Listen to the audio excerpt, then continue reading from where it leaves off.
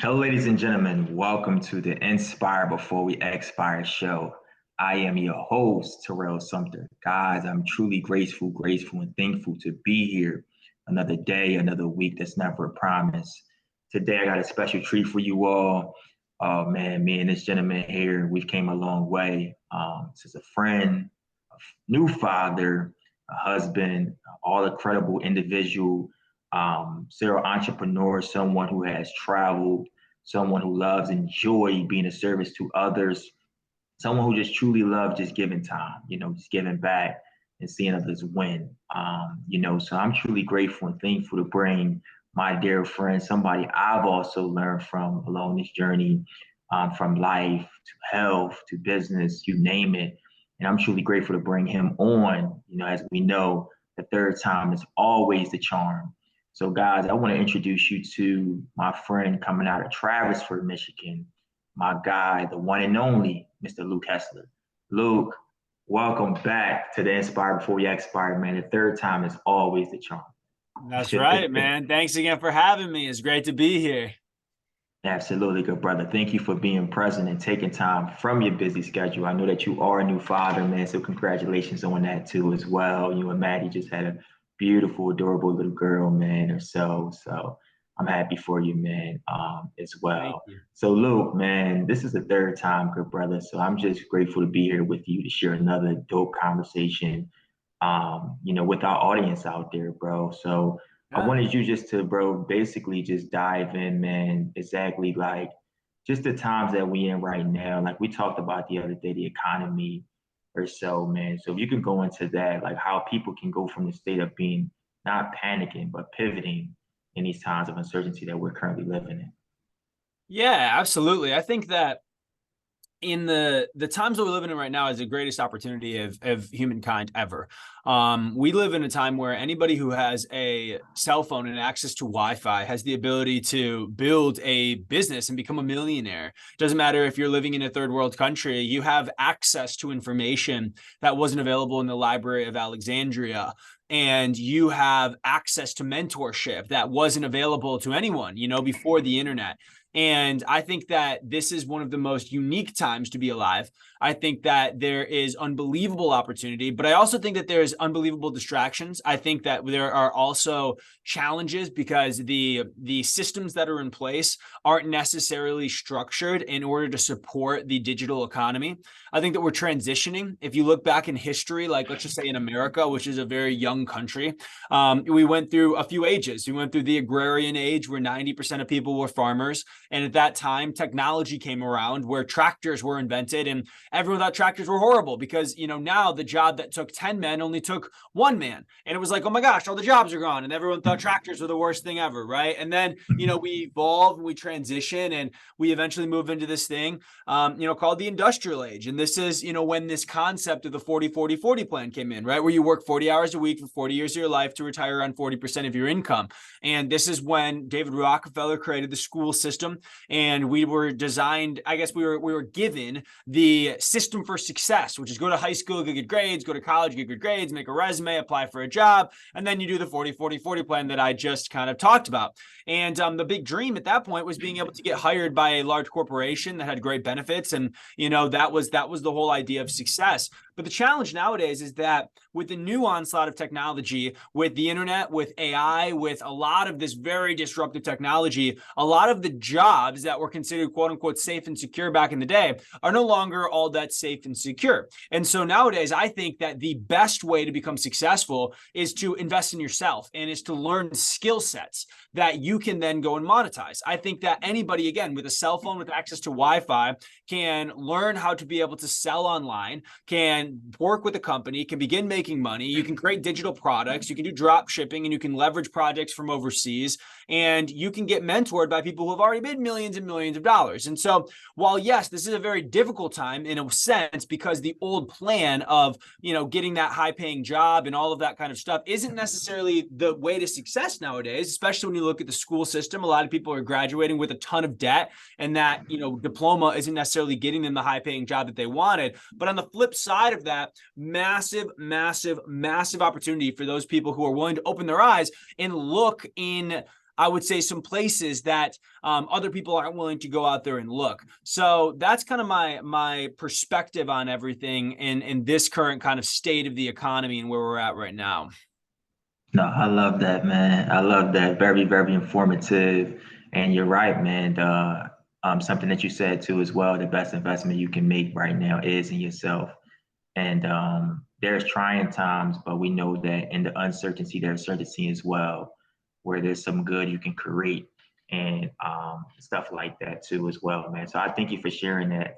So you've mentioned, man, a certain skill sets, and certain areas to kind of get involved. So where would you say someone who's truly seeking and they just feel though they're in the space of just complacency at the moment and they're trying to get out the place of being in that fixed mindset to get into the growth mindset, what would you say a few steps for them to take to get there, to not only get there, but to also learn as they go and learn as they grow to be able to execute at a very high level? Yeah, so I think there's a few steps. I personally kind of go through, like, 7 steps is what I call it, like the 7 steps of manifestation. And this is just something that I personally have lived by, that I kind of, a philosophy that I created based on my own life experience that has worked well for me.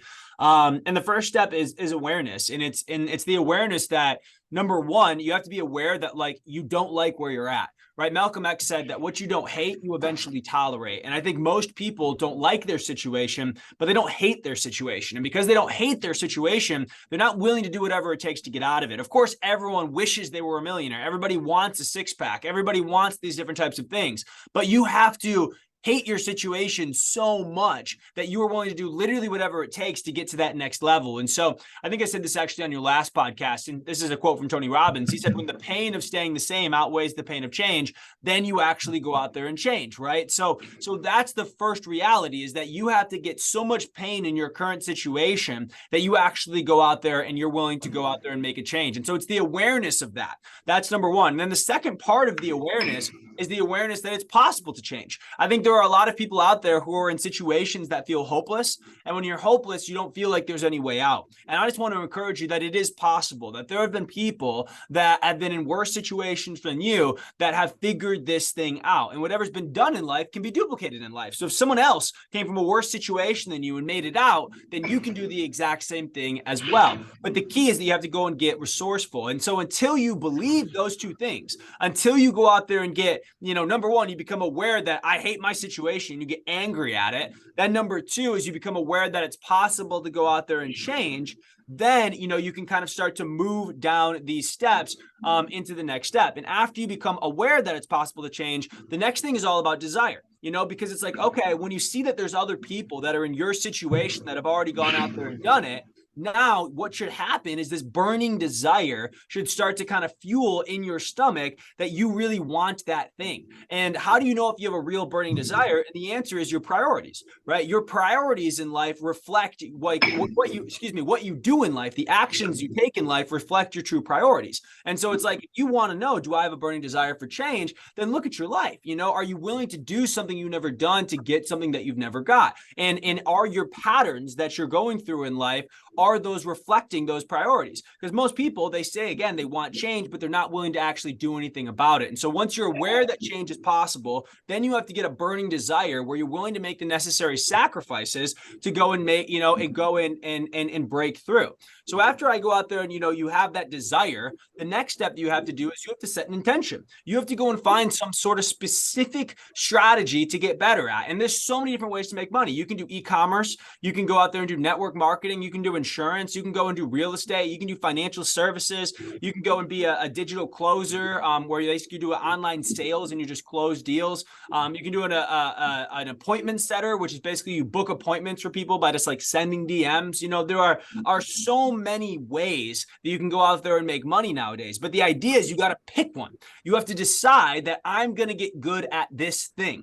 For me, I got into the network marketing industry when I was 19 years old. And that is what my original vehicle vehicle was. I decided that I'm going to go out there and do this thing. I am going to go and become very good at this one thing.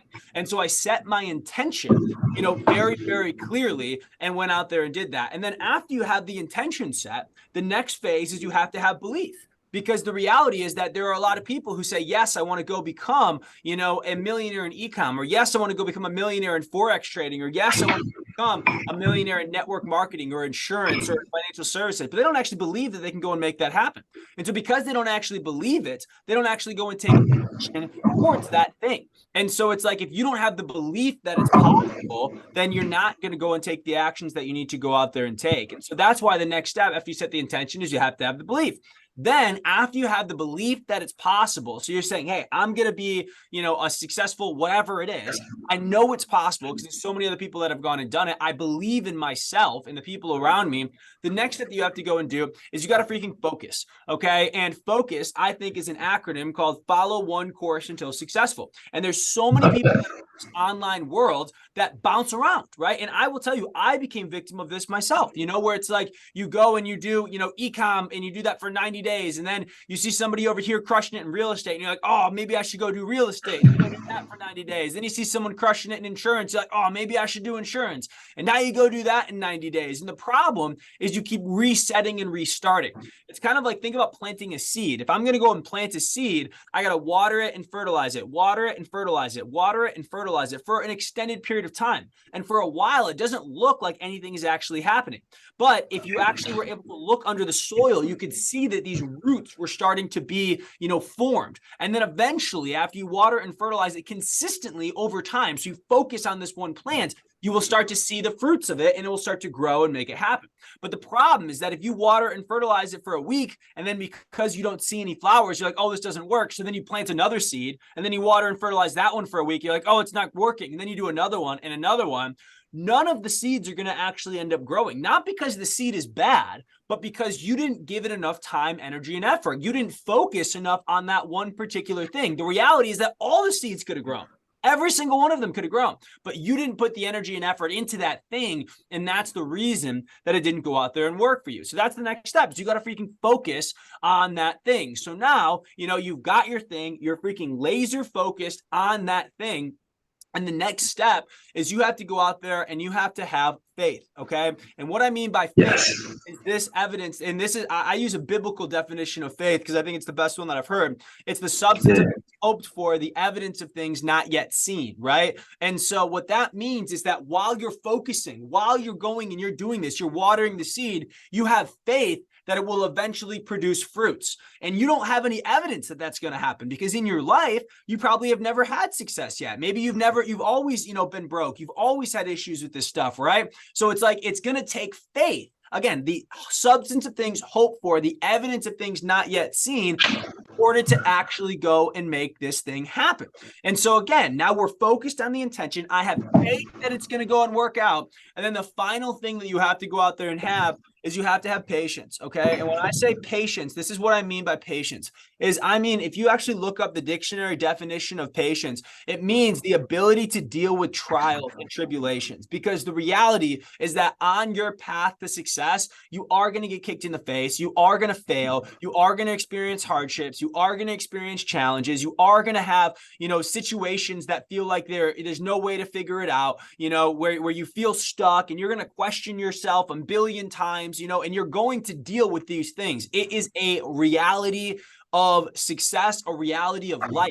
And if you don't have the patience to be able to persevere through those things and deal with those trials and tribulations, then you're not going to go be able to have success. But if you can have the faith or the faith in the patience to be able to go through that stuff, then quite frankly, as long as you don't quit, success becomes inevitable, because I believe that I don't think that you become confident, by shouting affirmations in the mirror. I heard this from Alex Hormozy one time. He said, you don't become confident by shouting affirmations in the mirror. You become confident by having a stack of undeniable evidence that you are who you say you are, right? And the idea to do so much work that it becomes unreasonable not to succeed. You put in so much energy, so much effort, it becomes unreasonable. So like in sales, right? Like the average person maybe will go and prospect 10 people a day. But if you prospect 100 a day while everyone else is prospecting 10, even if you suck, guess what? It's unreasonable to think that you're not going to find someone to go out there and say yes.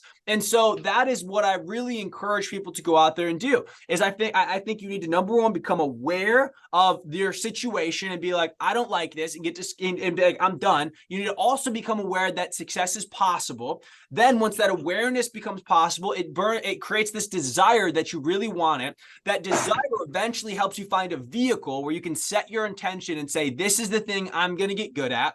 Once you set the intention, you have to have belief that it's actually possible for you to make it happen. After you have the belief, you have to be focused on that one thing and not keep bouncing around to all those things. Then you got to have faith while you're going and doing the effort that it's actually going to go and produce something. And you also have to have patience, knowing you're going to deal with issues, you're going to deal with trials and tribulations, but you can overcome them and you can learn from them, and you can actually grow because of them. And so those, to me, like that is the recipe that I personally have followed, in order to go out there and find success. And I think that other people, if they take these principles and they follow them, they can find, success as well. Absolutely. I love that. I just love the way you broke each step down too as well. And out of one of mine that I've started to gear to along the years, especially being close to you, conversing with you, working with you, learning from you, and growing with you, is resourcefulness, right? So in today's age, you have this new economy, you have this new digital age where everything is so controlled by technology, right? So take us into how can, for those who so much just stuck amongst their community or their society, well, not say stuck, but just they want to reach out. Like you said, they want to reach out to 10 to 20 prospects. If they're getting into network marketing or into sales, and we know that you can't get it by thinking something. You're not able to get a lead or not be able to get a lead because of someone else doing the work for you. You have to do it yourself. So how could we be resourceful to be able to leverage kind of those relationships and those people that we meet along the way from who we currently are, if that makes sense? So like, how can we use the technology based, the social media that's around in order to be able to incline on those relationships and things like that? So that kind of makes sense. I know it's a little bit over the place. So. Yeah, so I think I'm going to share. Be more so be more resourceful. Like, how could we be more resourceful? Yeah, absolutely. I mean, again, being more resourceful, I think is a byproduct of belief. I think it is a result of believing in yourself. Because if I have a belief that I always figure it out, I'm always gonna fall, I'm always gonna, land on my feet, then no matter what happens in my life, that I'm going to figure it out. And that causes me to go out there and become resourceful. And so I think that resourcefulness is a result of belief. I think that right now in the digital age, kind of talking what you were saying, is that we have infinite access to people. Like, no one has an excuse not to become successful. Like, because again, it's like, to become successful, you got to have something to sell, so it's like whether you're creating your own product or whether you work for somebody else and, you're selling their product or service, it doesn't really matter. But assuming you have something to go and sell, the next step is just making a list of people to go and sell it to. And then the third step is just reaching out to those people, and anybody can reach out to people on Instagram DMs. Anyone can use LinkedIn or Facebook Messenger or a cold email or whatever it may go out there and be. Like, we have infinite access to information. Back in the day, if you were someone who wanted to go and become successful without the internet, you had to have money to start a business, and it was difficult, like really, really hard, crazy risky. But nowadays it's not, but I think that the biggest problem that most people have, quite frankly, is that they are emotionally dependent on other people's opinions of them. I think that they are so caught up in what other people think of them that they aren't willing to go out there and look, quote unquote, stupid by going out there and reaching out to people. It's like they are just so obsessed with the opinions of others. That's what they're thinking about all day in their mind. Like, they aren't thinking about their goals. They aren't thinking about their vision. They aren't thinking about where they want to go. They're not thinking about that. They're thinking about what other people are thinking about them. And that paralyzes people, and that causes them not to be able to go and prospect, not to be able to go and reach out, not to be able to go and take risks, because they don't want to look stupid. They don't want to look dumb. They don't want to be, the odd person out. And I think that is an addiction, like you can be addicted to what other people think of you. And I think it's a mental prison that people get into, and it causes paralysis where you don't take any action.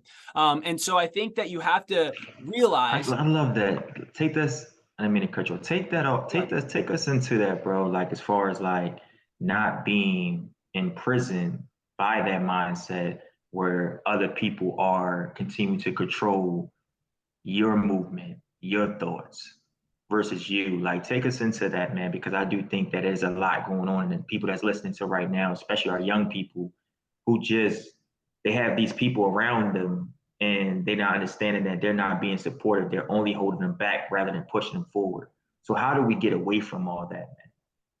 Well, the first thing is that a problem clearly defined is already halfway solved, right? So you have to first define and admit the fact that you have this problem. So it goes back to the first thing I'm saying. It's awareness, right? Most people are unaware. They don't know that they have this emotional dependence on people. And so that's the first thing, is you have to acknowledge it. Okay. Then after you go and acknowledge it, you got to evaluate it. You got to ask yourself, okay, like, why do I feel this way? What is causing me to go out there and feel this way? And is that serving me? So like, I'll give you an example. So like for me, there was a point in my life where I was scared to like go out there and reach out to people and prospect them, about my product or my service or whatever it may go out there and be, because I didn't want to get rejected. I didn't want them to think I was stupid, all these stories that were going on within my head. But then what I did is I redefined, what's the right word? I reassigned the meaning behind rejection and people saying no to me, where it was like at first when I would prospect someone and someone would say no, or they would ignore me, or they would do this, I felt like they were saying no to me as a person. I felt like they were rejecting me as a human being. And every single time someone said no to me, it was like a shot to my identity, that was like, oh, maybe I'm not good enough. Maybe this, maybe that, maybe my parents were right. Maybe my friends were right. Right. And it was just reinforcing that. It was evidence. My mind defined it and gave it the meaning that it was evidence that maybe I wasn't good enough.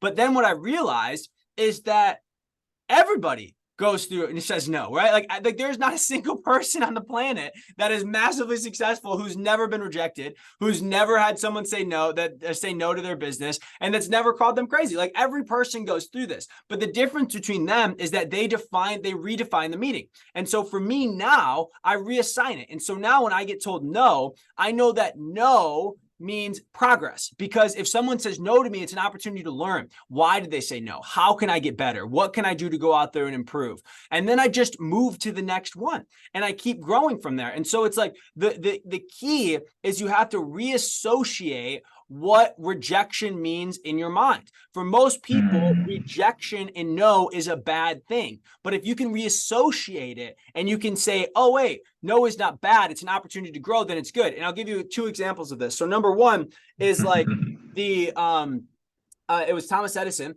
and he was being interviewed, and when he created the light bulb, right? So people have probably heard this story, and they were like, hey, when trying to create the light bulb, you failed 10,000 times. Like, why didn't you quit when you failed so many times? And he looked back at the person and was like, see, that's the difference between you and me. I didn't fail. I just successfully figured out what didn't work 10,000 times so that I could eventually figure out what did work.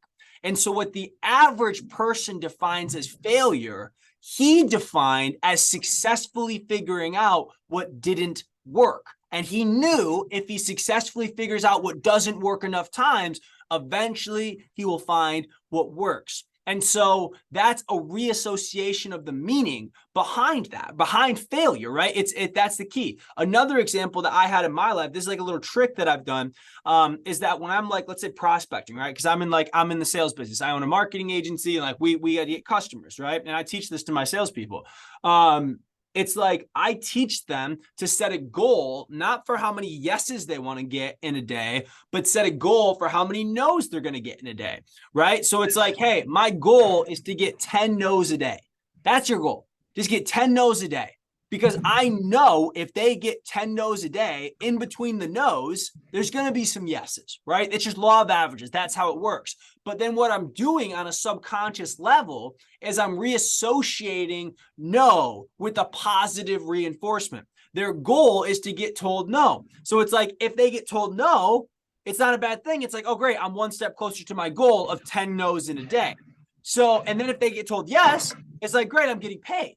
Right. So like no matter what the person says, it's a win in their mind. And so I think that the key is helping people realize that everything is mental. Like your world starts from the inside out. And if you want to reinvent your life from the outside, you have to reinvent your paradigm from the inside.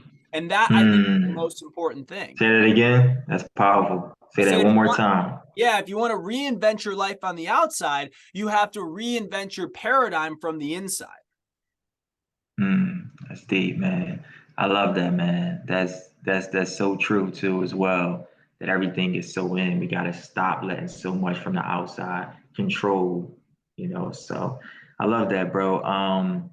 I wanted to ask, man. I know along this journey, you and I have had many conversations on and off the screen, but I know you've shared just some pitfalls you faced along this journey. So I kind of wanted to ask, what's that most recent kind of trial you faced along this journey, whether it's business, with branding, life, you name it, and um, and how did it allow you to triumph just through that process of going through that moment and continuing to just be who you are, to allow others to know if you are in this space as well, you can too triumph.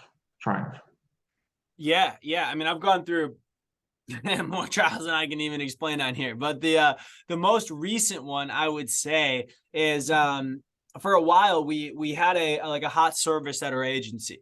And I won't get into details of kind of like how it all works, but it was like this was basically like one of those offers that like everybody wanted to go and buy. High ticket offer. It was like 30 grand to go and purchase it. But the deliverables on the offer were freaking home runs. Like, and it was so easy. We didn't have to market it. Everything came from referrals, like very easily. So I started my agency in 2021.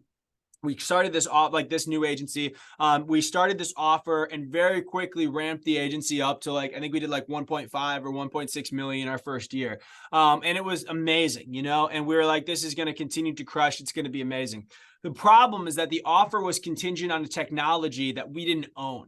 And so what happened is the company that owned this technology and that had control over the deliverables basically decided that they didn't want to be able to offer this anymore. They decided that, okay, we're going to change the terms. We're going to redo all this stuff. And so it's not going to go out there and work. And so we basically had this home run offer, this grand slam offer that was doing amazing. And then overnight it went to nothing. And now we didn't have any offer that was there anymore. And not only that, but the offer itself included a guarantee. And so it was like, now we have all of these people that we've collected 30 grand from, and we have a guaranteed deliverable for them that we can no longer deliver on. So now we owe refunds to all of those people, which is hundreds of thousands of dollars, in refunds in that area. And so, we now got to figure this out where it's like, okay, we got to refund all these people hundreds of thousands of dollars. And then in addition to that, we don't have anything else to new to sell right now. And so like, how are we going to basically go out there and figure this whole thing out? And so it was a difficult time, it was, and it wasn't even that long ago, that was like probably like a year ago, maybe, 8 months. I don't know, not that long ago. And so we had to go and figure it out, and we had to go and pivot. And so what we did is that we just reset, right? Because at the end of the day, there's only two things you can control, right? You can control your mind, your attitude, and your actions. So I can control how I look at the situation, and I can control what I do about the situation. And I'll say this, most people, if they were in my situation, they would blame. They're like, oh, well, it's not my fault. You know, the company did this and that. I have no control over them. So it is what it is. You know, it's like, and then that's what they're going to go and do. And they're now powerless to the situation.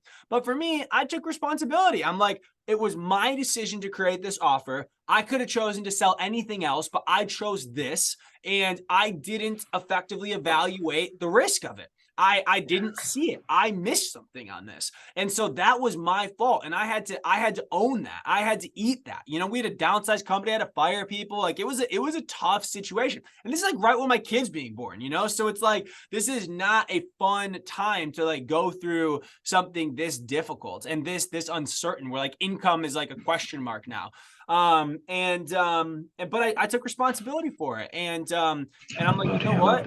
Yeah, if I can do it once, I can do it again. And at the end of the day, you can take away the service, you can take away my offer, but you can't take away my skills. So then I just went back to the drawing board, and I'm like, okay, what did I learn from this? You know, a big thing that I learned was that I'm no longer going to build a business on an offer that I don't have ultimate control over, right? And so then what we did is we pivoted and we started moving into PR.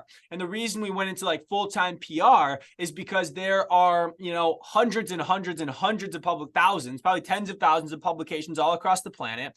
PR is an $120 billion industry, and it's not going anywhere. You know, it's like this industry isn't going anywhere. And we had some competitive advantages due to some strategic relationships that we had in the industry. And I was like, okay, I can build a house on solid rock, you know, because what I did the first time is I built a house on sand. You know, it was an easy offer. It was quick money. It was ready to go. But I built my foundation on sand because it was too easy. Then this time I'm like, all right, what's something that I can do long term? You know, how can I build a company long term? And I reset and I recalibrated. So we had to completely rebrand everything. We had to recreate all of our standard operating procedures. You know, like it was just, we went some debt, you know, for the company. Like it was a difficult situation to go through.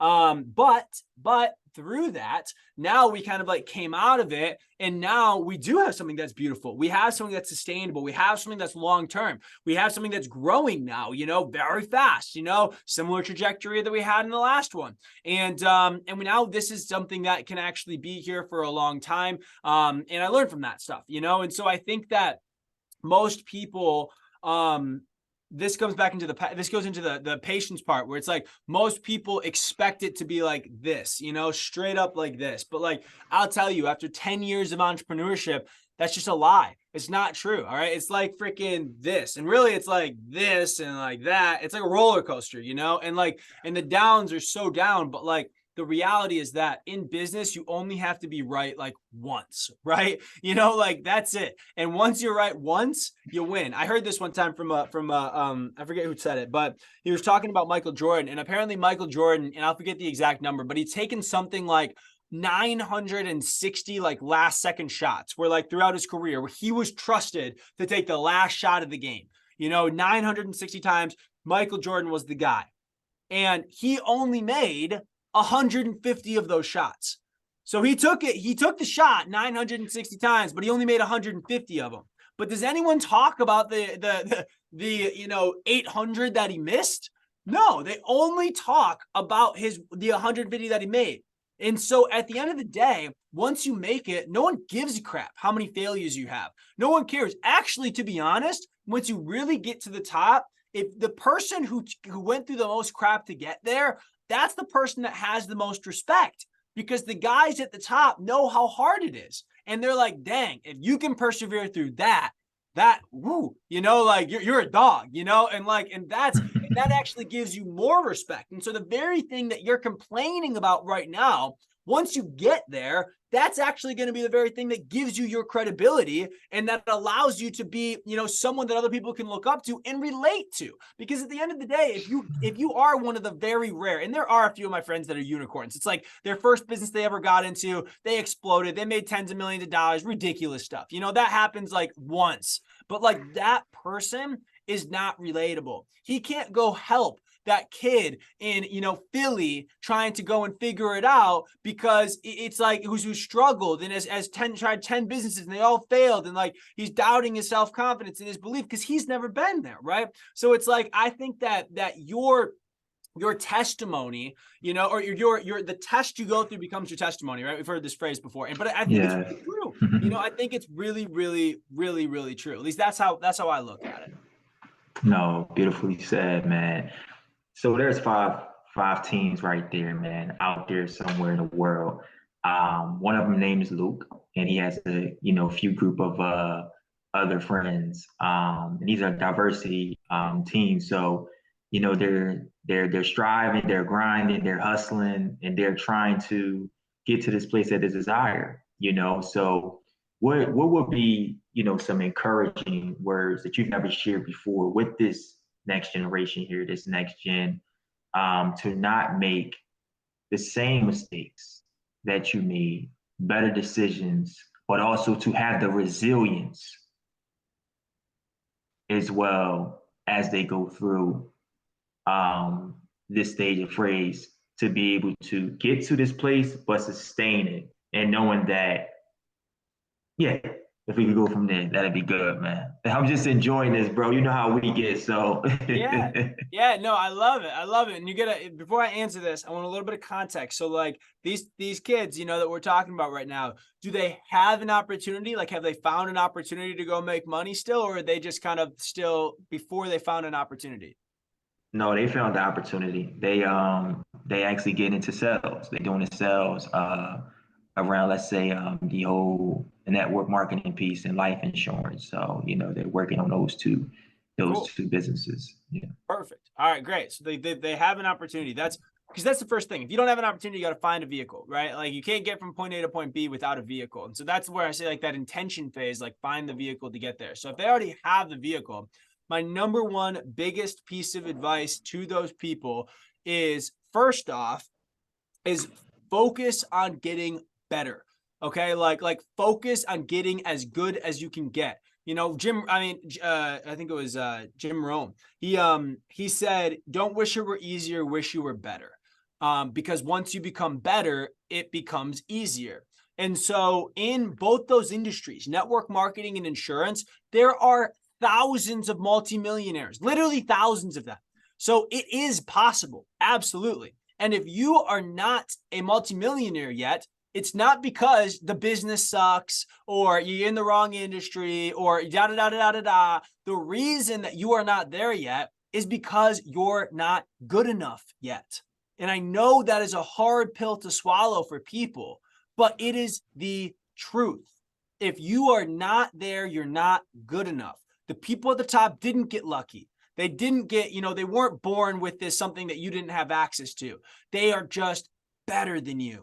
But that's okay, because if you guess you can get better, anybody can get better, right? And so it's like, and if you commit to every single day just getting better, that's it. I just want to get better, improve your skills, you will win. I'll give you an example. I found success pretty early. When I was 19, I found a network marketing company. By the time I was 20, I hit six figures, 21, multiple six figures. And at 23, my business was doing $10 million a year in annual revenue.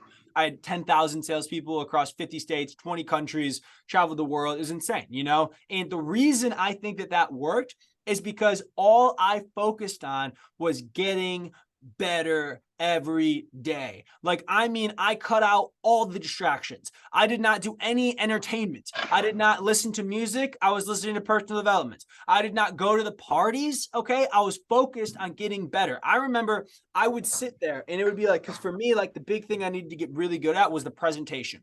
I had to get good at selling. And I knew it was the same presentation every single time, over and over and over again. So what I did is I found who is the best person in the business. Like, who is the highest paid person in the business? Who's the best presenter? And I took their recording of their presentation and I transcribed it. And then what I did is I started to model after it. I took their how they presented, and at first I presented the exact same way. You have to go out there and replicate before you reiterate. because don't think that you're smarter than the best person in the game. There's a reason that they are there. So don't change anything that they're doing. Just replicate it. Then once you start to get good, once you start to get in a bunch of reps, then what you can do is you can reiterate it. Now you can start to personalize it and make it yours. And so what I started to do is, after I started to build a big team, instead of going out there and just copying the people that were at the top, I started listening to my own sales calls. And I would just go all day, and I was so critical on myself. I would change every little tiny piece. I would practice it in the shower while I was walking to class, while I was doing this stuff. Like I was obsessed with just getting better, because if I knew that if I could get to the point where I could close anybody, where it was like, you put someone in front of me, they're saying yes, I'm like, that is where freedom comes from. And no one can take that away from me, right? And so it's like, for these guys who are out there doing it, like, just get good. Become the best closer in the game. Become the best presenter in the game. And the only way you get there, there's no shortcuts. It's by practice. How did Kobe get so good? He's in the gym more than everybody else, right? Like, that's just the game. That's how it works. Read Mamba mentality. That's how it works. You do what others won't now, so you can live like others can't later, and have that long-term thinking. And I think that's actually something that I would say that is probably the biggest failure that I see with like young people trying to be successful, is that they can't think long term yet, right? They don't know what delayed gratification is. They put in all this work, and they look at their paycheck at the end of the week, and they're like, oh, I didn't make any money. Maybe it doesn't work, you know? It's like, but you can't judge it based on the check in the beginning, because you're just getting started, right? Just like if you just pick up a sport, right? Like, let's just say you play basketball, right? You can't judge the game based on your first few shots. It's like, oh, I missed my first 10 shots. Well, duh, you've never shot a ball before. Okay. Like, listen, y'all are just getting into business. This is the very beginning, you know, like, this is a skill you're going to be working on for decades, you know? So start to think long term and focus on that delayed gratification, where you're going to, again, do what others won't now, so you can live like others can't later. And if you make those sacrifices short term, and you put in the energy, and you put in the effort, and then you outwork everyone else, that is the final piece to it. You outwork everyone else. While they're freaking sleeping, you're working. While they're at the parties, you're working. While they're playing video games, you're working. You can quite literally work the next, like, people say, like, in college, for example, you know, it's the 4 best years of your life. And they're like, oh, I'm just going to have fun these 4 years, and then I'm going to work the next 40.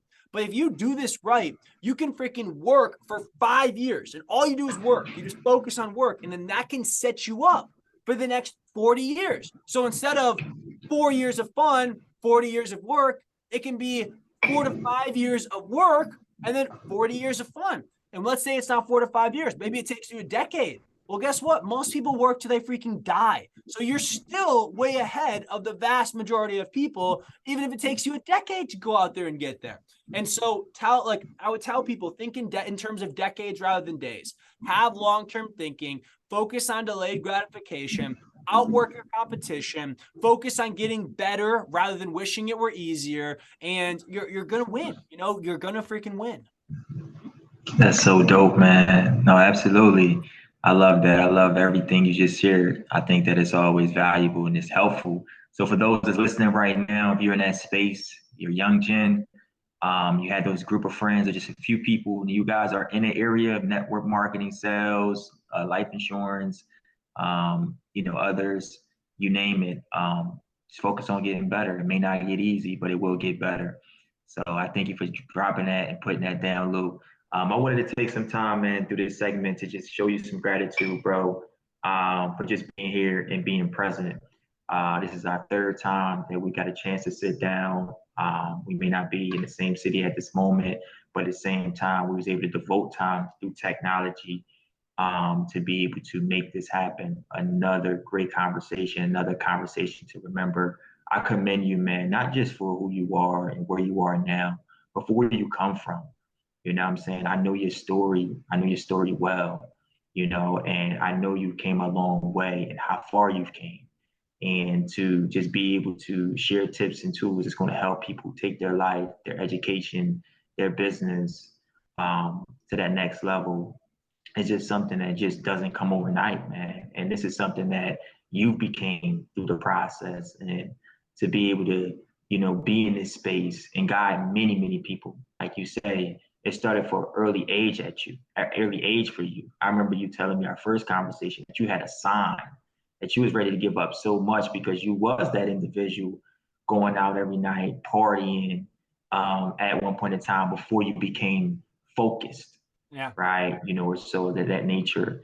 And you got that sign, a sign of faith, a sign from the Most High, a sign to move in the right direction, a sign to be able to put down excuses and put up priorities and be able to take accountability for where you are to get to where you want to be.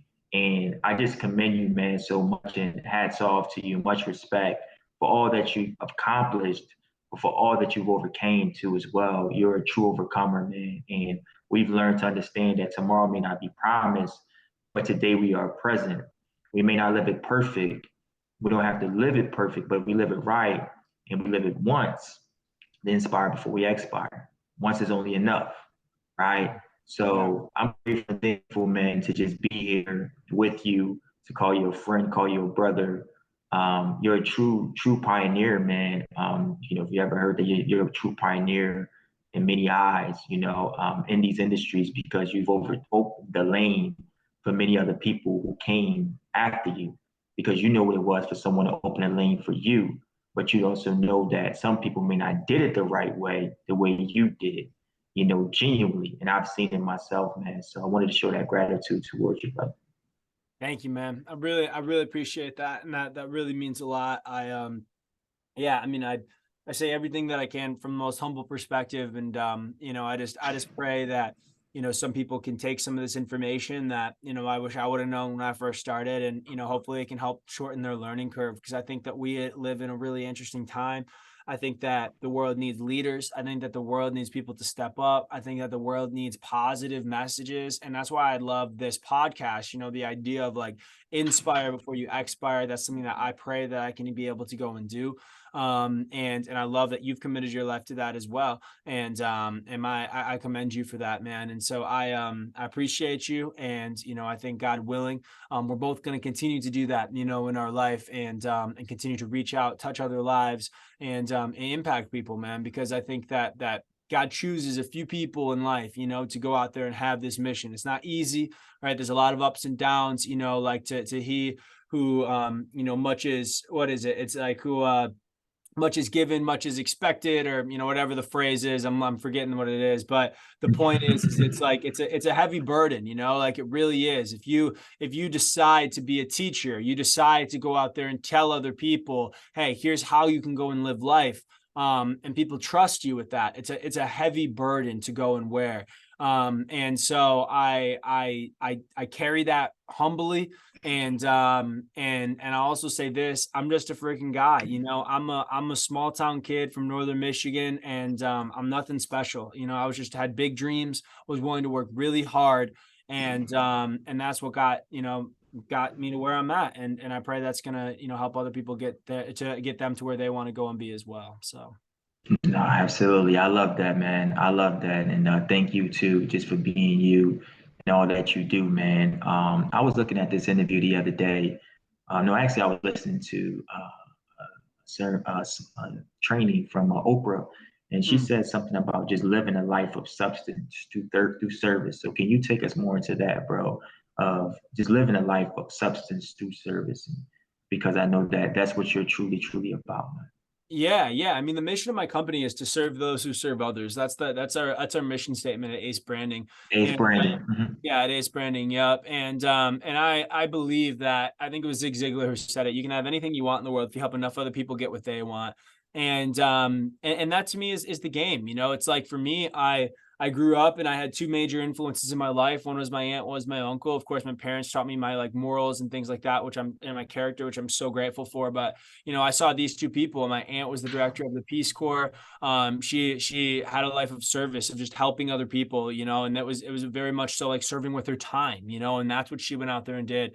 And then my uncle was in, gas and oil. He made tons of money, within gas and oil. But then he served through, philanthropy. He would donate to charities parties, and he would be the person that's paying for the well. My aunt's the person that's out there, putting the well in type stuff, and I was always taught that there was like two types of people in the world that were successful. There's people who love people and use money, and then there's people who use people and love money. And for me, I'm just committed to loving people and using money.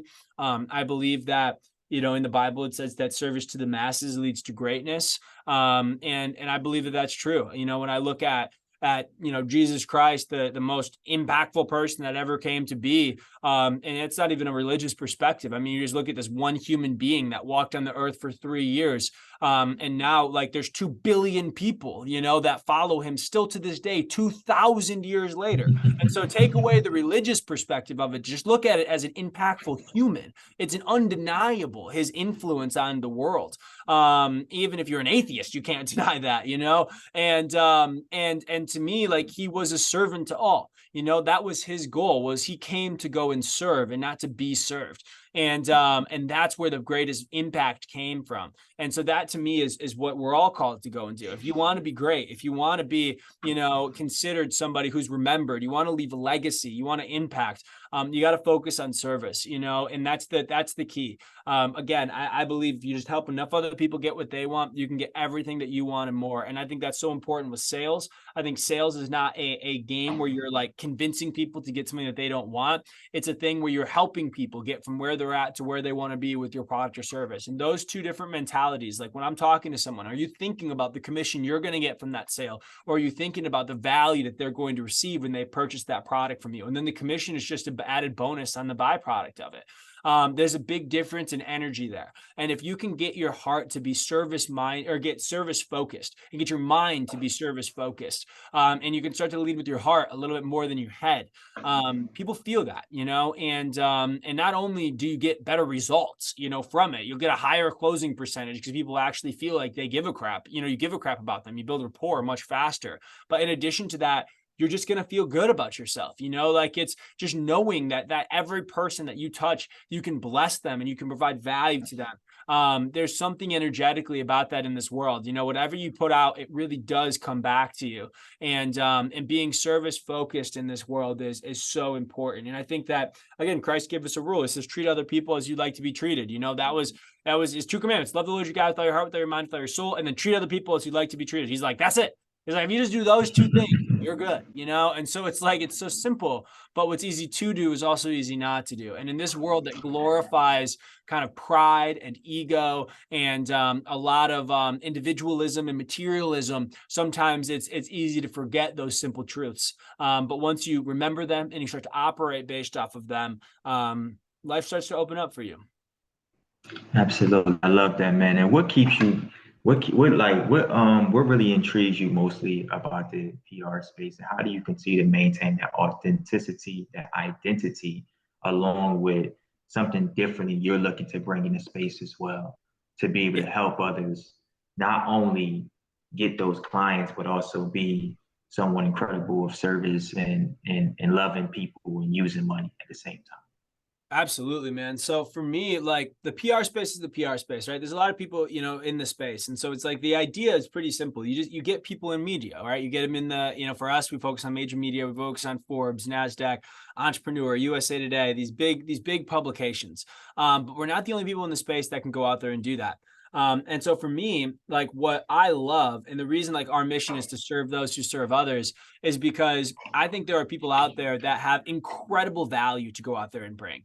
And their message is just incredible, but people don't know who they are yet. And so it's like, if I can take somebody whose message is extremely impactful, is inspiring, is incredible, and then I can give them like a microphone. So now instead of 100 people hearing the message, 1,000 people or 1,000,000 people begin to go and hear this message. Now, by me helping that one person, I actually indirectly helped thousands or tens of thousands or millions, because again, I served somebody who's serving others. And I think that the media space in general, like especially in PR, it's a very deceptive space, because if you have the right connections, you can basically get any story published that you want. and people take it as truth. And so that's where propaganda comes from, right? Where it's basically people leveraging the media to manipulate the minds of the masses. And what I want to be is the opposite of that. I want to be the antithesis of that. I want to be the person that is taking the people who have authentic voices and the ethical entrepreneurs, and I want to be the microphone for them. And so take this same tool that has oftentimes been used for bad, frankly. If you look historically within propaganda, and still to this day, we're getting lied to all the time by the media. It's unbelievable. And take that same tool, but then use it for good.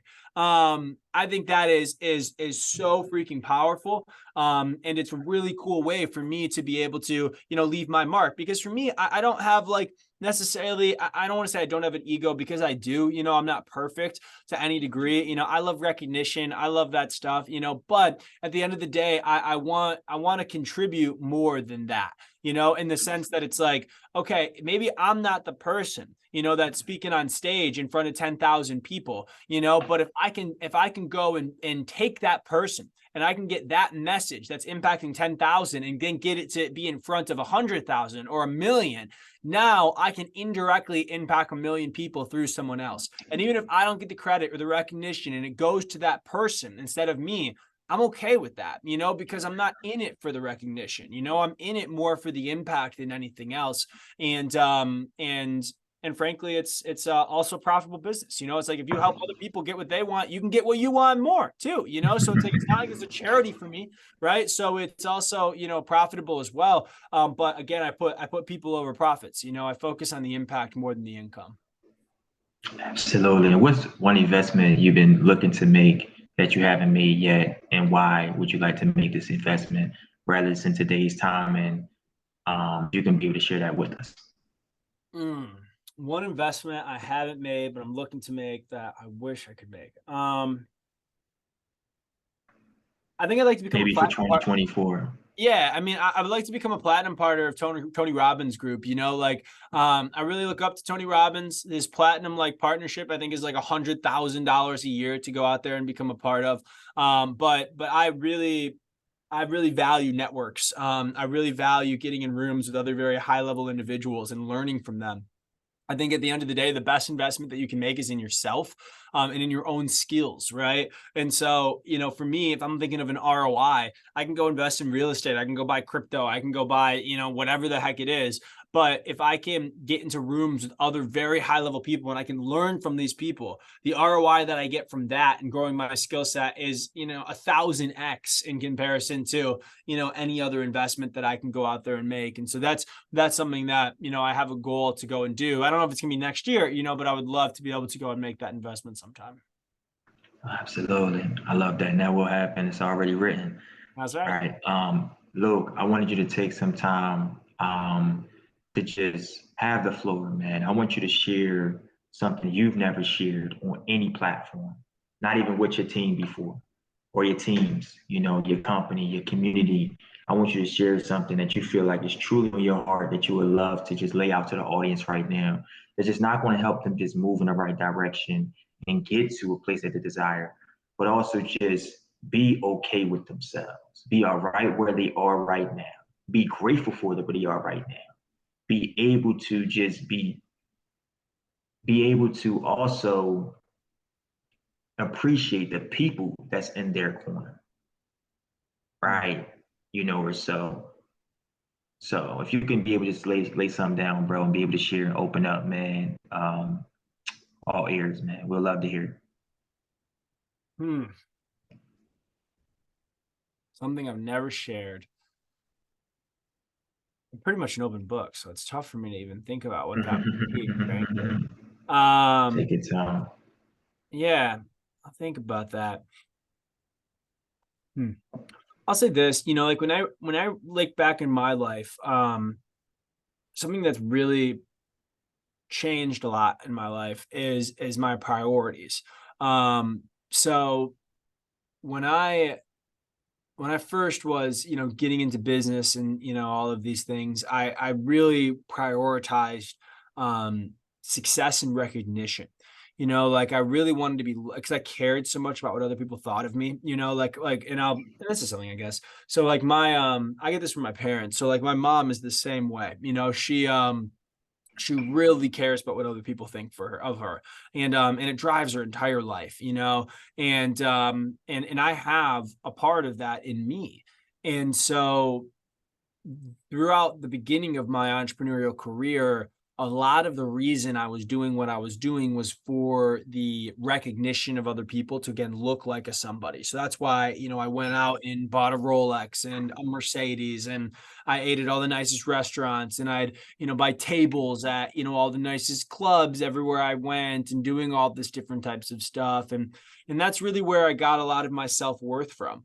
And it wasn't until I lost everything the first time, I've lost it multiple times, that I was stripped away of my identity. And I had a complete ego like death, frankly, because I kind of put myself as this like young, successful person who'd like figured all these things out. And then I went from making 50 grand a month to nothing because the company shut down. But my expenses were still really high. And I didn't save the right way because I thought the money was never going to go away. Right. And so I was in a really difficult place, like I had to go into debt, and, I had to, it was just a tough time. And I had to learn a lesson. I think that again, everything in life happens for a reason. And I think that God was trying to communicate to me that I needed to realign my priorities. And I used to say that my priorities were like faith, family, freedom. And like freedom to me is money, because I think that's how you get, like, we live in this organized society, right? Where like money determines basically everything: the house you live in, the car you drive, the food you eat, like the places you can travel. Like it really does determine your freedom. And so I looked at money as that. But what I realized is that those weren't actually my priorities, because remember, like we said this in the beginning, like your actions reflect your true priorities. So even though I said that my priority was faith, family, and freedom, I didn't go to church at all. Like I never opened my Bible. I hadn't seen my family in like a while. Like I missed Christmases, I missed this, I missed that, because I was sacrificing for my success. And then when I lost all of that, I realized all these people who I thought were, my friends, really were there for just the benefit of, being around me. They were beneficiaries of my status and of my money. I'd pay for all their stuff and different things like that. And those people weren't there anymore. And so I was really stripped down, to my bare bones, and I had to like reassess. And that's when I kind of gave my life to God. And I was like, you know what, like, I realized that I've been down the wrong path. Like you entrusted me with all of these things, and I wasn't a good steward of the resources. And so I had to have a really hard talk with myself, and I had to face myself in the mirror and realize that I messed up in a really big way. And I started to reevaluate my life. And I started to put faith back in the beginning based on like my actions. I started reading the word daily. I started going back to church, doing things. I started prioritizing my family. Like I stopped, trying to hook up with chicks and doing stuff like that. And I wanted to like find a wife, someone that I could build a life around. I started to call my mom more and like see how she was doing. Like I heard this guy Jesse Itzler. He's like, if you think about it, if you only see your parents, like twice a year, and they're around and they're like, let's say they're 60 years old or 50 years old, the average person lives till 80, right? So if you see them twice a year and they're 60 years old, that means you have 40 more encounters with your parents until they die. 40 more, and that's crazy to think about. And so when you kind of have that mindset, it really makes you appreciate them. And it also helped me realize that like family is family. Like friends can like, come and go and different things like that. But like, if you're blessed enough to have family that's there, it's like, don't take that stuff for granted. And so what I did is I reevaluated my life. I reassessed my priorities, and I started to rebuild it. around those three things and actually doing it the right way this time with like faith, family, and freedom. And I can't say that I've got it all figured out because like, again, like I still have that part of me that like wants to be liked and wants to be loved and wants to be like, looked up to, and like, the ego part of me that wants the recognition and stuff. But I can confidently say that I have come a long way there. And I think that when I die, that's something that I'm going to be proud of. Like when I think of like my 85-year-old self, if he was talking to my 31-year-old self right now, I think he would be telling me to give myself more credit for that. And to not define my character and my identity and whom I am as much like around as much of like what I have. Because that's a lot of what I did. And that's it's a slippery slope, it really, really is. And so I would just encourage anybody that's, wanting to go be successful and like go do all these different types of things. It's like, don't always rush it, because all the glitter isn't gold, frankly. I do think you got to get yourself some money. I do think you got to get some freedom in this world. 100%. I agree with that. But oftentimes, you get there and you're like, wait a second, I thought I was going to be happy if I'm here now. And then you still feel empty because you realize that it's not about the money. It's so much more than that. There's like the real things that matter in life are, your relationships, is your health, relationship with your family, your God, whoever it is for you, it's just, at least for me, that's what it really was. And so yeah. It's powerful, bro. I thank you for sharing that, man, for being just transparent and also vulnerable too as well, man. I love that. And I love that, like you say, man, faith, family, freedom.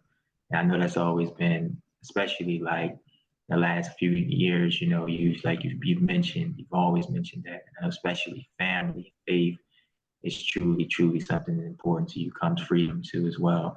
I know that recently, man, not too long ago, you got a chance to sit down with your guy, man, Kevin Yeah. Trudeau. I know. I think the last interview we did, you talked a lot about his principles and everything of that nature. So Yeah. how was that, man? Just being able to finally meet him. What was the one conversation or some advice he may gave you to be able to allow you to continue your path too as well, man? So you can kind of share that. You ain't got to really break down a lot, but just whatever you feel as you're comfortable with. Yeah, absolutely. So his audio, like Your Wish is Your Command, was one of the most impactful audios that I've listened to. It really set down like the foundational principles of how to think, I think, around success.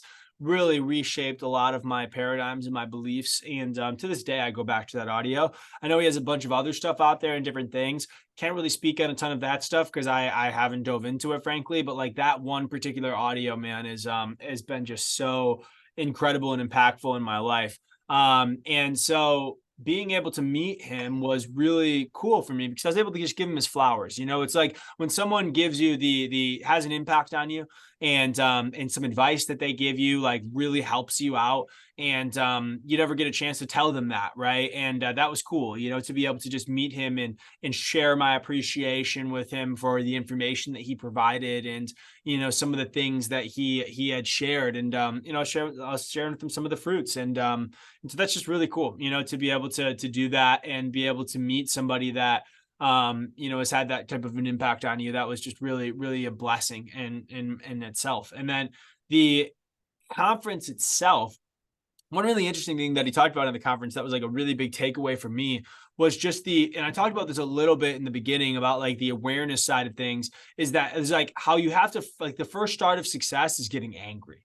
And it's getting angry at your situation, because a lot of things that he talked about in his audio is like the secret is to feel good now, right? He talks about how like everything is energy. Your brain is a receiver and transmitter of frequencies, and whatever frequency you're putting out, you attract back into your life. So that's where the idea that like you become what you think about, right? Or, whatever the mind of man can conceive and get itself to believe, you can achieve. Or, whether you think you can or you think you can't, you're right. It's this, that's what these principles are about, is that your brain actually has the ability to create your reality, and with the way that you think. And it was a lot about feeling good, because if you're thinking negative thoughts, you're going to attract negative circumstances, events, situations, and people. But if you think positive, you're going to attract positive things. And that was something that I kind of live by. But he talks about how in the beginning, you have to get angry at first, you know? And he, in the analogy that he made was, he's like, think about like when you start a car.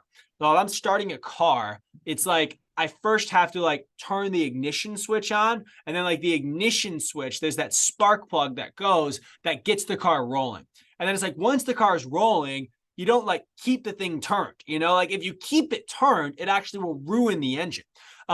You know, but you have to like get it started. You have to have that first ignitions thing. And like that's what he talked about, is that like a lot of people are too tolerant of their situations. They're focusing on like the positive thinking about it. And that's good, but they haven't gotten pissed off enough at first, right? It's like you're trying to drive the car, but you haven't turned the car on, type stuff.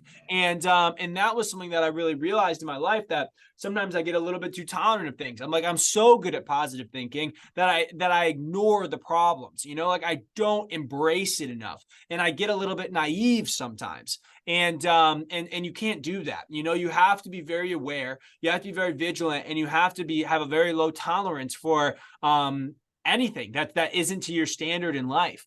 And that was kind of a clarifying point, you know, that he made that really resonated with me, and something that I've kind of now applied to my philosophy that changes kind of like the way that I operate on things.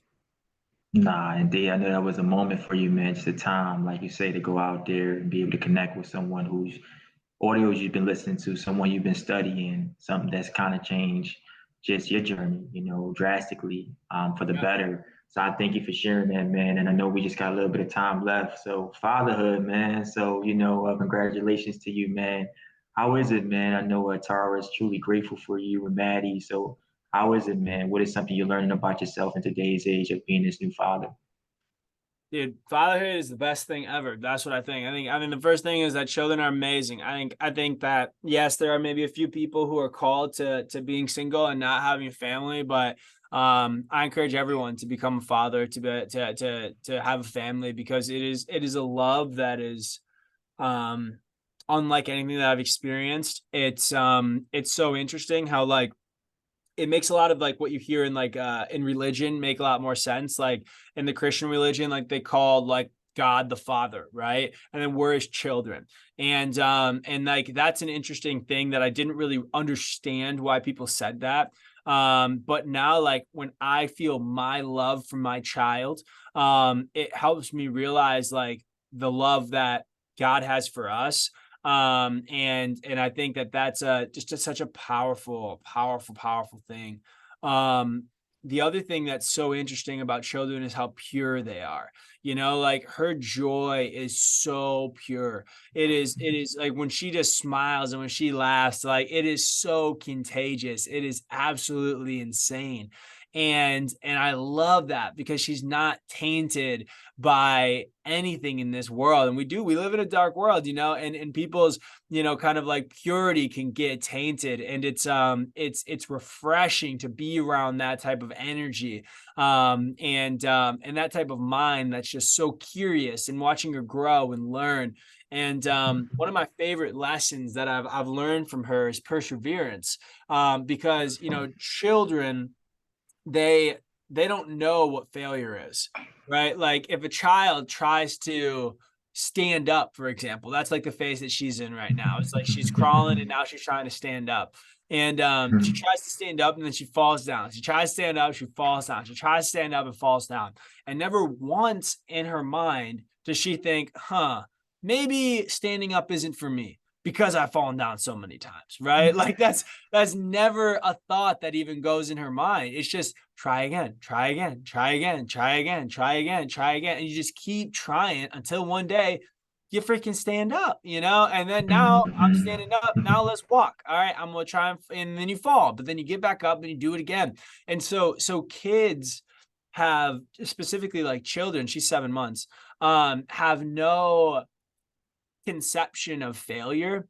They don't know that like they're not supposed to fail.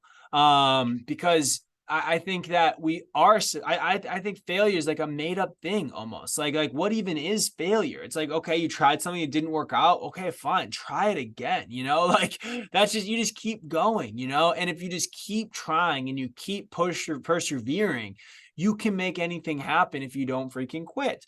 And Mm. she's reminded me of that, and everything that she goes out there and does. And then seeing her just develop is such a reminder that we as humans, we can learn. I think a lot of people look at their life as adults and they stop learning. They think, oh, this is who I am, and they just accept that. But like, we can always learn, we can always grow, we can always change, we can always evolve. And I think that that's a really important lesson, for humans to do. And I pray that I always have that childish spirit, where I have that childish curiosity, that desire for growth, that commitment to persistence, and so yeah, she's teaching me so much. It's truly remarkable. Nah, I love that, man. I just love the bond that y'all have too as well. It's just growing, you know, and I love that, man. I'm happy, excited, I'm proud of you, bro. I know it's something new, but you someone who just know how to adjust and make it something great, right? So I love that for you, bro. My last and final question, man. As we know that we always have to leave a place better than we found it, leave a community better than we found it. What is something you want to leave better than you found it? I mean, this is very macro, but like, my goal is just to leave the world a better place than I found it. Like, that's the goal. And whether or not that's just by raising an incredible child that goes and brings value to the world, like, and I do it through that, amazing. If I do that through my clients by finding an incredible client and being able to serve them and amplify their message to go impact other people, that's amazing. If it's my voice, through these podcasts, and I can go and there's someone that's listening on the other end and they get inspired and they go take some work, then that's amazing. Like that's just my goal. Is like, I just want to leave the world a better place than I found it. And I think that should be everyone's goal, and if everyone just had that simple goal, we can collectively really create some incredible things. And I think, like, if I'm looking at like a specific area, where it's like, okay, well, that's very broad. Where's like one area, if you could choose, that like you would want to go and impact? I would love to have an impact in education. I think that our education system right now teaches us what to think and not how to think. And I think learning how to think is very important. And it's not taught in schools, but it's so essential. And so if I can teach people how to think, then, or have a little bit of an impact on that would be really inspiring to me, because I think when people think accurately, they act, or when people think right, they act right. And the problem is that most people aren't thinking right. And so if we can just change that one thing, in people, it changes everything. And so I think that's like a fun foundational thing that could be really powerful and really cool. Nah, indeed, absolutely. Beautiful said. Absolutely, man. Look, if you just leave us all, but we can continue to follow and support you, man. Or so, and just continue to be there, man. You did some incredible work inside these areas, these industries, but also outside of that too, man. You're truly like I say, man, just a pioneer. You're someone who's continuously making a difference and has made a difference, leaving a mark, man. And I know little one is really learning from you on a daily basis. So you could just leave us your social media and how we can continue to support you on your journey. That'd be awesome. Yeah, man. So my Instagram handle is Luke_Hessler. Same thing on Twitter, same thing on Threads. My LinkedIn is just Luke Hessler. Same with my Facebook. Same with my YouTube. So you guys can find me there. My company is Ace Branding. And if you guys are a entrepreneur, thought leader, business owner that's looking to get featured in major media like NASDAQ, Forbes, USA Today, I would love to have a conversation with you about that. And yeah, feel free to reach out to me. Or if you just have any questions about anything, feel free to reach out, and we can connect. No, absolutely. I love that, man. Hey, man, a book got to come from you soon, man. I definitely be on the lookout from that, man. Your story goes a long way, honestly. But guys, that's my guy, my brother, my friend, Mr. Luke Hessler. Tremendous individual. So connect with him, support his mission and his journey, all that he got going on to come into 2024 and beyond. If you haven't already, guys, please subscribe to the show, to Inspire Before We Expire. Leave us a review. Leave us a message in regards to what truly inspired you from the segment and from this particular session and this interview that we had today as well. But until then, guys, take the information in, implement, share with a friend, share with someone who may not have been able to listen with you today. You just never know how it can truly, truly impact their life and move them in the right direction as well. Learning to, as Luke said in the beginning, learning to know that every rejection also has a redirection as well. So don't be so much fazed by the rejection and by the no's, because sometimes you need that to fuel you even more to push towards that one yes that can be game changing. So this was the interview here with Luke. The third time is always the charm. And I'm glad we got to really, really dive in deep. And I'm truly grateful for just the connection, the friendship, and the brotherhood. Love you, brother. So, guys, this is the Inspire Before We Expire, and we're out. Woo! I'm dead.